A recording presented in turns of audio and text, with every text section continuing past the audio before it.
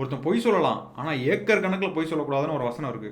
அந்த வசனத்துக்கு வலு சேர்க்கிற மாரி ஒருத்தர் பொய் சொல்லியிருக்காரு. யார் அவரு? என்னென்ன பொய் சொல்லியிருக்காரு? அப்படிங்கிறத இந்த வீடியோல பார்க்கலாம்.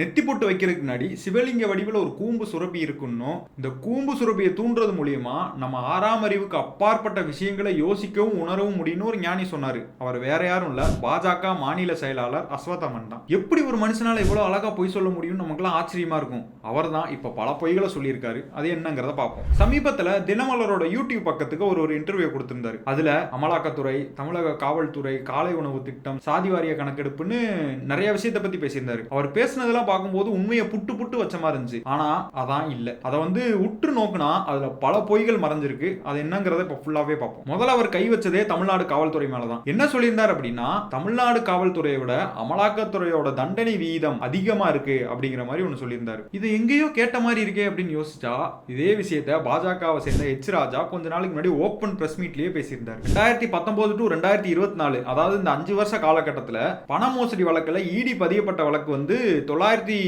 வழக்குல 654 வழக்கு தான் விசாரணை நடந்திருக்கு. இதுல இன்னொரு கொடுமை என்னன்னா, அதுல வெறும் 42 வழக்குகளுக்கு மட்டும்தான் தண்டனை கொடுக்கப்பட்டிருக்கு. இதோட தண்டனை விகிதம் வெறும் 6.42% தான். இதே மாதிரி 2022ல அமலாக்கத்துறை பண மோசடி தடுப்பு சட்டத்துக்கு கீழே 5422 வழக்குகளை பதிவு செஞ்சிருக்காங்க. இதுல வெறும் 23 குற்றவாளிகளுக்கு தான் தண்டனை கிடைச்சிருக்கு. இதோட தண்டனை விகிதத்தை பார்த்தோம்னா 0.5%க்கும் கம்மியா தான் இருக்கு. ஆனா என்சிஆர்பிஸ் கிரைம் இன் இந்தியா அப்படிங்கிற டேட்டா படி பார்த்தோம்னா தமிழ்நாடு காவல்துறையோட வழக்கு விகிதம் 73.3% தெரிய வந்திருக்கு. 73 எங்க இருக்கு, 0.5 எங்க இருக்கு? இதெல்லாம் ஃபர்ஸ்ட் தெரிஞ்சுட்டு பேசினா நல்லா இருக்கும்னு நினைக்கிறேன். ரெண்டாவதா அவரோட குற்றச்சாட்டு, பிரைவேட் ஸ்கூல்ல 9th ஃபெயில் பண்ணி விடுறதுனால தான் 100% ரிசல்ட் காட்ட முடியுது. அதே இது கவர்மெண்ட் ஸ்கூல்ல ஆல் பாஸ் ஸ்கீம் இருக்கிறதுனால தான் ரிசல்ட் காட்ட முடியல அப்படிங்கிற ஒரு கருத்தையும் முன் வச்சிருக்காரு. அது ஏன்னு தெரியல, எப்பயுமே உங்களுக்கு அந்த கவர்மெண்ட் ஸ்கூலை குறை சொல்லணும் அப்படிங்கிற ஒரு எண்ணம் ஓடிட்டே இருக்குமா என்னன்னு எனக்கு தெரியல.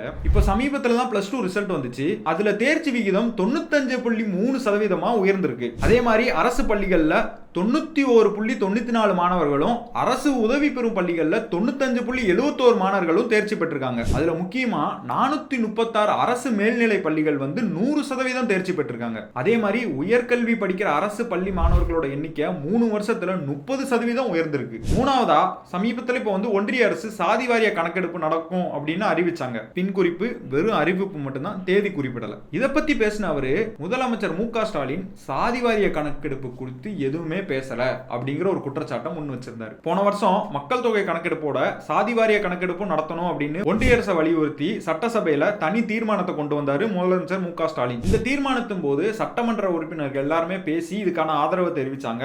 அதுக்கப்புறம் இந்த தனி தீர்மானம் சட்டசபையில ஒருமனதான் நிறைவேற்றப்பட்டுச்சு. ஆனா 2023ல காங்கிரஸ் கேஸ்ட் சென்சஸ் வேணும் அப்படின்னு கேட்கும்போது மக்களை பிளவுபடுத்த தான் இதை காங்கிரஸ் கேட்கிறாங்க அப்படின்னு மோடி குற்றம் சாட்டியிருந்தார். ஆனா இப்போ அவரே கேஸ்ட் சென்சஸ் நடத்தப்படும் அப்படிங்கிற மாதிரி சொல்லியிருந்தார். ஒருவேளை பீகார் எலெக்ஷனுக்காக இருக்கும்னு நினைக்கிறேன். சரி, இதோட நிப்பாட்டுவார் அப்படின்னு பார்த்தா காலை உணவு திட்டம், அதாவது தமிழக அரசு செயல்படுத்தி வர காலை உணவு திட்டத்தை பத்தியும் பேசினாரு. என்ன சொல்றாரு அப்படின்னா, இந்த காலை உணவு திட்டத்துக்கு ஒன்றிய அரசு தான் நிதி தருது அப்படிங்கிற மாதிரி ஒரு கருத்து சொன்னார். தமிழ்நாட்டில இருந்து பெற்ற வரியை விட தமிழ்நாட்டுக்கு தான் அதிக நிதி வழங்கியிருக்குன்னு ஒன்றிய நிதியமைச்சர் ஒரு கருத்து தெரிவிச்சிருந்தாங்க. இதுக்கு அமைச்சர் தங்கம் தென்னரசும் விளக்கம் தெரிவிச்சிருந்தாங்க. இந்த அமைச்சரோட விளக்கத்தை தன்னோட எக்ஸ் பக்கத்துல பதிவிட்ட முதலமைச்சர், திமுக ஆட்சி அமைந்தது முதல் மகளிருக்கான விடியல் பயண திட்டம், காலை உணவு திட்டம், புதுமை பெண் திட்டம்னு இப்படி பல்வேறு திட்டங்கள்ல தமிழ்நாடு அரசு நிதியை கொண்டுதான் செயல்படுத்தப்பட்டு இருக்குன்னு சொன்னாரு. தமிழ்நாட்டில் இருக்கிற 38 மாவட்டங்கள்ல காலை உணவு திட்டத்தை செயல்படுத்துற வகையில 33.56 கோடி தமிழக அரசு நிதி ஒதுக்கீடு செஞ்சு இந்த திட்டத்தை செயல்படுத்திட்டு வராங்க.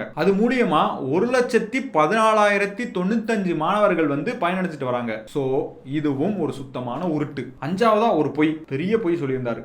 மண்டல் கமிஷன், அதுக்கு எதிராக பிஜேபி எதுவுமே பேசல அப்படிங்கிற மாதிரி ஒரு விஷயத்தை சொல்லியிருந்தாரு. 1980 டிசம்பர் மாசத்துல சமர்ப்பிக்கப்பட்ட மண்டல் ஆணையத்தோட அறிக்கைப்படி இந்தியாவில் இப்ப மக்கள் தொகையில 52% மக்கள் இதர பிற்படுத்தப்பட்ட வகுப்பு, அதாவது அதர் பேக்வர்ட் கிளாஸ் சேர்ந்தவங்கன்னும், அவங்களுக்கு அரசு வேலைகள்லையும் கல்வி நிலையங்கள்லையும் 27% இடஒதுக்கீடு வழங்கணும்னு பரிந்துரை செய்தது. இதை பாஜகவும் அதோட தாய் கழகமான RSSும் பயங்கரமா எதிர்த்தது. மண்டல் ஆணைய பரிந்துரைகளை அமல்படுத்தியதற்காக விபி சிங் அரசாங்கத்திற்கு கொடுத்த ஆதரவை நீக்கியது பாஜக. இதனால விபி சிங் தலைமையிலான கூட்டணி ஆட்சி கவிழ்ந்தது. அதே மாதிரி பாஜக மண்டல பரிந்துரைகளுக்கு மட்டும் இல்ல, இடஒதுக்கீடு கொள்கைக்கே எதிரானது என்பதை பல்வேறு தருணங்கள்ல நிரூபிச்சிருக்கு. அரசியல் ஆதாயங்களுக்காக இடஒதுக்கீடு ஆதரிக்கிற நிலையில பாஜக இருந்தாலும் அதன் உள்ளார்ந்த சித்தாந்தமான இந்துத்துவாவின்படி இடஒதுக்கீடு கொள்கைக்கு அது எதிரானதாகவே இருந்திருக்கு. மேலும் RSS பத்திரிகையான ஆர்கனைசர் விபி சிங் மண்டல் ஆணைய பரிந்துரைகளை அமல்படுத்துவதன் மூலம் இந்துக்களை முன்னேறிய வகுப்பு, பிற்படுத்தப்பட்ட வகுப்பு, தலித்துன்னு பிரிக்க முயல்வதா குற்றச்சாட்டு எழுதிச்சு. மேலும் இடஒதுக்கீட்டின் சாரத்தையே நீர்த்து போக செய்யும் வகையில எக்கனாமிக்கலி வீக்கர் செக்ஷனுக்கு 10% இடஒதுக்கீட்டை அமல்படுத்தியது பாஜக. இதெல்லாம் வரலாற்று உண்மை. இதெல்லாம் மறைச்சிட்டு பாஜக மண்டல் கமிஷனுக்கு எதிராக எதுவுமே பண்ணல, பேசலன்னு சொன்னீங்கல்ல, அதை தான் ஏத்துக்கவே முடியல. தொடர்ந்து அடுத்த ஒரு வீடியோல சந்திப்போம். தொடர்ந்து யூடியூனை ஃபாலோ பண்ணுங்க. நன்றி, வணக்கம்.